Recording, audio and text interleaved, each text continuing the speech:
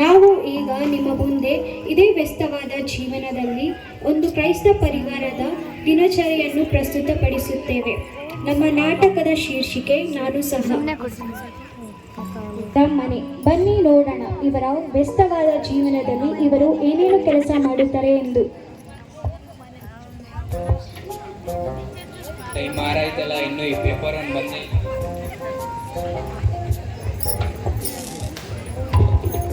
ಬರೀ ಲೇಟ್ ಮಾಡೋದಾಯ್ತು ಒಂದು ದಿನ.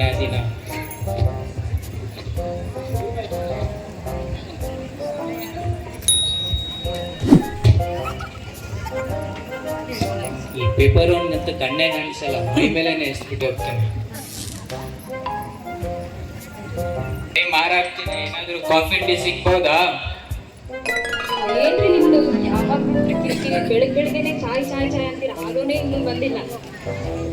ಹೌದಾ, ಆಯ್ತು, ಅಟ್ಲೀಸ್ಟ್ ಡಿಕಾಷನ್ ಆದ್ರೂ ಮಾಡ್ಕೊಡು.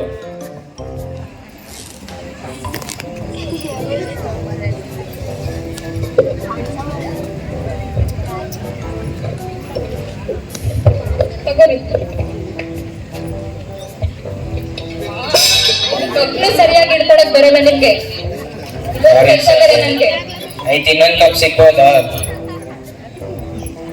ಇಲ್ಲ, ನನ್ಗೆ ಆಗಲ್ಲ. ಪ್ಲೀಸ್ ಕಣ, ಇನ್ನೊಂದು ಕಪ್ ತಂದ್ಕೊಡೆ. ಕೊಡಿಲಿ. ವೃದ್ಧಾಪ್ಯದಲ್ಲಿ ಬಿಳಿ ಕೂದಲನ್ನು ಕಪ್ಪು ಮಾಡುವ ಉಪಾಯಗಳು. ಬರೀ ಇದೇನಾ ನೀನು? ಎಲ್ಲಿ ನೀನ್ ಮುದ್ದಿನ ಮಗಳು ಏನ್ ಮಾಡ್ತಿದ್ದಾಳೆ?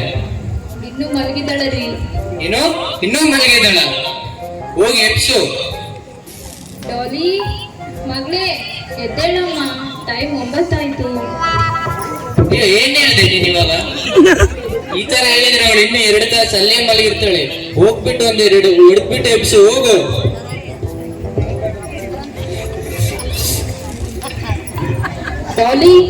ಡಾಲಿ ಏನಮ್ಮ ನಿಂದು ಬೆಳಗ್ಗೆ ಈಗ ಟೈಮ್ 9 ಆಗಿದೆ, ಯಾವಾಗ್ಲೂ ಹಿಂಗೆ ಮಾಡ್ತಿದ್ದಿ. ನಿಮ್ಮಪ್ಪ ಕೋಪದಲ್ಲಿದ್ದಾರೆ, ಎದ್ದೇಳಮ್ಮ. ಅವ್ರ ಹಂಗೆ.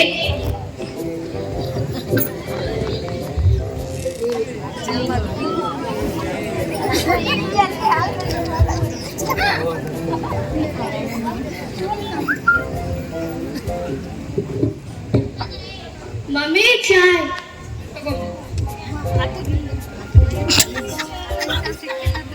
ಜನ ಮುಖ ತೊಳ್ದ, ಅಲ್ಲಿ ಉಜ್ಜಿದ, ಬಂದ ತಕ್ಷಣ ಟಿವಿ ನೋಡೋದನ.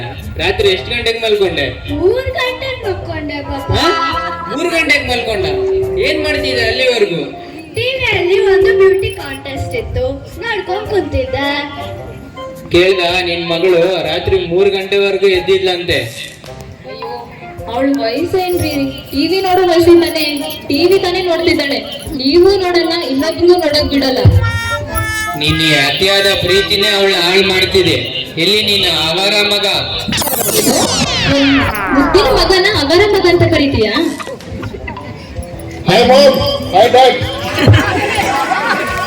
ಅಪ್ಪ ಕೋಪದಲ್ಲಿದ್ದಾರಪ್ಪ.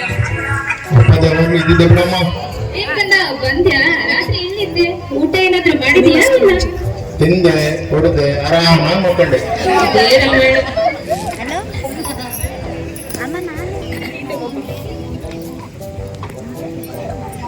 ಏ ತಾ ರಿಮೋಟ್ ಕೊಡಲ್ಲ.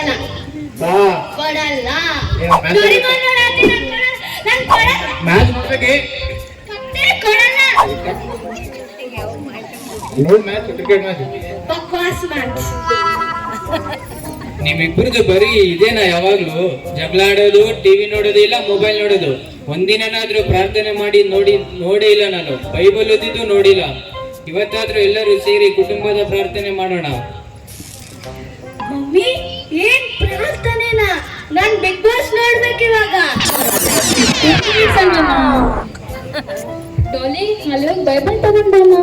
ಅದೆಲ್ಲ ಕೂಳಾಗೆಲ್ಲ ನನ್ ಬಲ್ಲಮ್ಮ, ನೀನೇ ತಂದ್ಕೋ. ನೀನಾದ್ರೂ ತಗೊಂಡ್ಬಾರು. ಈಗ ಇದ್ದಾಳ, ಒಂದು ಕೆಲಸ ಮಾಡಲ್ಲ. ನೀನೇ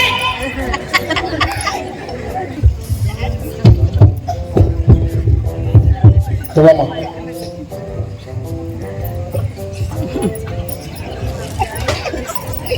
ಆಯ್ತು, ಇವಾಗ ನಾವು ಪ್ರಾರ್ಥನೆಯಿಂದ ಶುರು ಮಾಡೋಣ.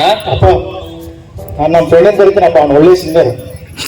ನೀನೇ ಹಿಂಗೆ ಇನ್ನ ನಿನ್ ಫ್ರೆಂಡ? ಆಯ್ತು ಕರ್ಸು. ಈಗ ನಾನು ಪಾರ್ಟಿ ತಗೊಂಡಿ ನೋಡು. ಹಲೋ ರೋಟಿ, ನಮ್ಮ ಮನೆಯಲ್ಲಿ ಪ್ರಾರ್ಥನೆಗೆ ದೇವಮ್ಮ ತಡಿ ಹೀಗೆ ಬಂದೆ.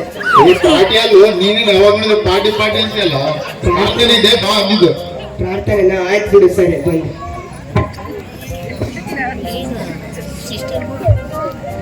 Uncle, aunty,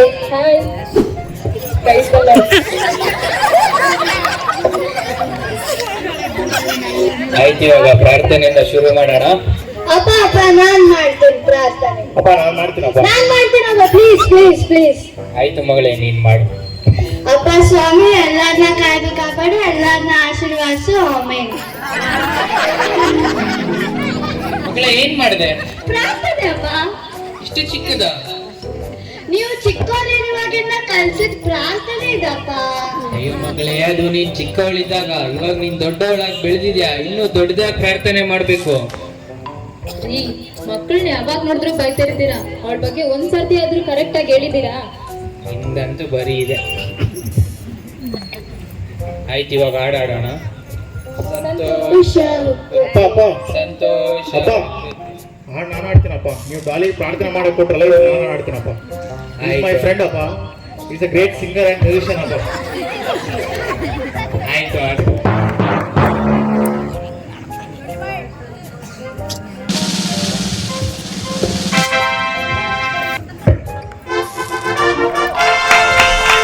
Everybody, 1, 2, 3, start. Santhosh ಹೋಗೋತೆ, yo Santhosh ಹೋಗೋತೆ, Santhosh ಹೋಗೋತೆ. Everybody, come on, hallelujah. ಯೇಸು ನನ್ನ ರಕ್ಷಕ, ನನ್ನ ಪಾಪ ತೊಳೆದ, ಸಂತೋಷ ಹೋಗೋತೆ. ಯೋ ಯೋ, ಏನಂತ ಹಾಡಾಡ್ತಿದ್ದೀರಾ ನೀವು? ಹೇಗಿತ್ತ ಸಾಂಗ್? ಸೂಪರಾ? ನಿನ್ ತಲೆಯಲ್ಲಿರೋ ಕೂದಲು ತರನೇ ಇತ್ತು ನೋಡು, ಸೇಮ್. ಅಂಕಲ್, ಇವಾಗೆಲ್ಲ ನೀವು ಆಡೋದು ಓಲ್ಡ್ ಫ್ಯಾಷನ್, ಇವಾಗೆಲ್ಲ ನೀವು ರಿಮಿಕ್ಸ್. ಆಯ್ತು, ಸಾಕು, ಬಂದು ಕೂತ್ಕೊಳ್ರಪ್ಪ. ನನ್ನ ಕರ್ಗಿದಾಗ ನಾನು ಮರದಲ್ಲೇ ತೆಗಿತೀನಿ. ಜಾಕ್, ನಿಮ್ಮ ಅಪ್ಪಗೆ ಟೇಸ್ಟ್ ಇಲ್ಲ ಅನ್ಕೊಂತೀನಿ.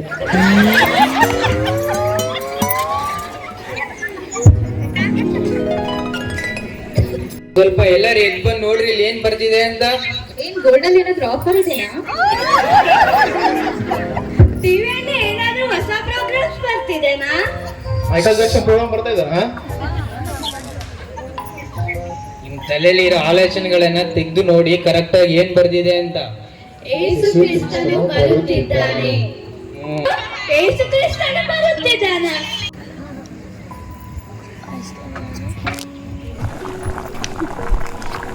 ಇಲ್ಲ, ನಂಗೆ ತುಂಬಾ ಕೆಲಸ ಇದೆ, ಅಡ್ಗೆ ಬೇರೆ ಮಾಡ್ಬೇಕು. ಆಗ್ಲೇ ಹೇಳಿದ್ದೀನಲ್ಲ.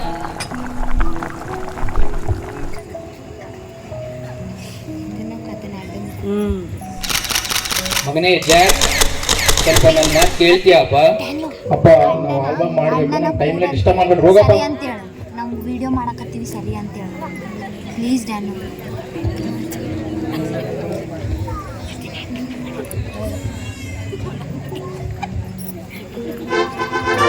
ಮಗಳೇ ಬಲಿ.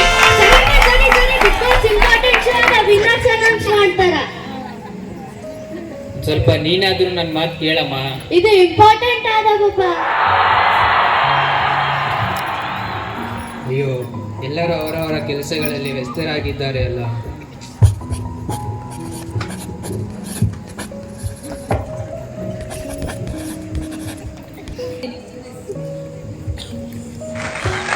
ಎಸ್, ನಮ್ಮ ಹೊಸ ರೆಡಿ ಆಯ್ತು.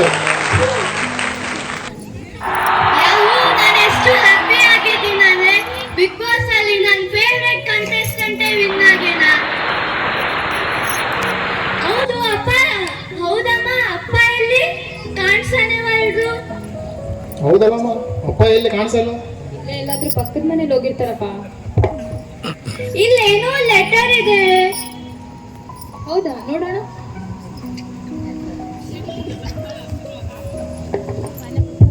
ಏನ್ ಬರ್ತಿದ್ದಮ್ಮ ಅದರಲ್ಲಿ?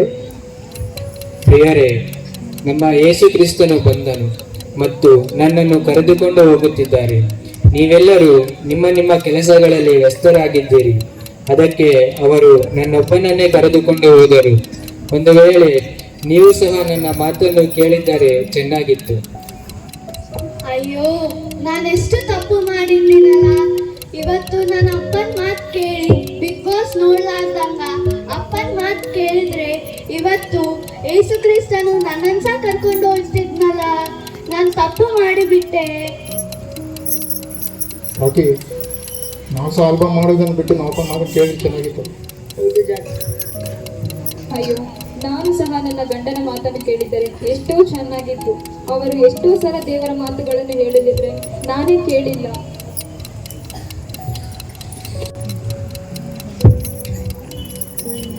ಪ್ರಿಯ ವೀಕ್ಷಕರೇ, ಅನೇಕ ಸಾರಿ ನಾವು ವ್ಯರ್ಥವಾದ ಕೆಲಸಗಳಲ್ಲಿ ಎಷ್ಟೋ ವ್ಯಸ್ತರಾಗುತ್ತೇವೆ ಎಂದರೆ ನಾವು ಜೀವನದ ಪ್ರಮುಖವಾದ ಉದ್ದೇಶವನ್ನು ಕಳೆದುಕೊಳ್ಳುತ್ತೇವೆ. ಮತ್ತಾಯನು ಬರೆದ ಸುವಾರ್ತೆ 24:36ರಲ್ಲಿ ಯೇಸು ಕ್ರಿಸ್ತನು ಹೇಳುತ್ತಾನೆ, ಆ ದಿನದ ವಿಷಯವೂ ಆ ಗಳಿಗೆಯ ವಿಷಯವೂ ಯಾರಿಗೂ ತಿಳಿಯದು, ಪರಲೋಕದ ದೂತರಿಗೂ ತಿಳಿಯದು, ಮಗನಿಗೂ ತಿಳಿಯದು, ಆದರೆ ಕೇವಲ ತಂದೆಯಾದ ದೇವರಿಗೆ ಮಾತ್ರ ಗೊತ್ತು. ಅದಕ್ಕಾಗಿ ನಾವು ಎಚ್ಚರಿಕೆಯಿಂದ ಸಿದ್ಧರಾಗಬೇಕು.